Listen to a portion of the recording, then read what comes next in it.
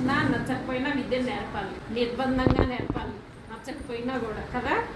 అది ఎప్పటి నుండి ఇప్పుడు దాకా 6 ఏళ్ల నుండి 14 ఏళ్ల పిల్లల దాకా ఉచిత నిర్బంధ విద్య. అంటే 14 ఏళ్ళు అంటే మీరు ఏం చదువుతారు? 9th క్లాస్, 9th 10th ఆ పెద్దల్లో ఉంటారు కదా. కాబట్టి ఆ టైంలో పిల్లలు చాలామంది స్కూల్కి వెళ్ళడానికి ఇష్టపడతారు.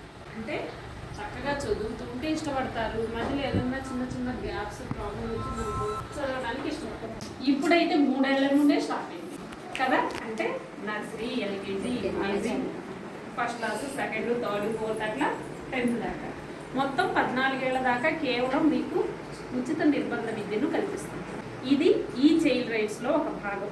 ఆ వయసులో ఉన్న పిల్లలందరూ ఇంట్లో కాదు బడిలో ఉండాలి కదా, పనిలో కాదు బడిలో ఉండాలి అన్న నినాదంతో ఆ వయసు పిల్లలందరికీ ఉచిత విద్యను కల్పిస్తుంది.